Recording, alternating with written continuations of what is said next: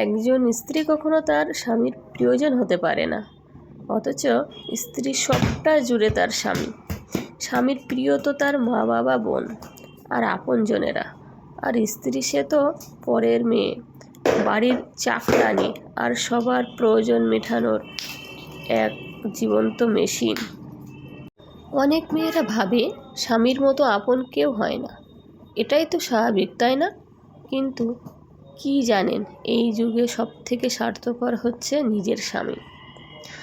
সে তো ইচ্ছামতো কথা বলে, ইচ্ছামতো অবহেলা করে, আর তার প্রয়োজন হলে সুন্দর করে কথা বলে, আর প্রয়োজন শেষ হলে এমনভাবে ব্যবহার করবে মনে হয় তুমিই তার এই পৃথিবীতে সবচেয়ে বড় শত্রু হয়ে গেছো।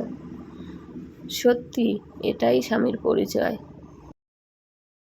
স্বামীকে যতই আপন করে নাও না কেন, সে পরই থাকবে। পর কখনোই আপন হতে পারে না। স্ত্রী তো তার বাবা মার থেকেও বেশি আপন করে নেয় স্বামীকে, কিন্তু স্বামী কখনোই তার নিজের মা বাবার চেয়েও বেশি আপন করতে পারে না।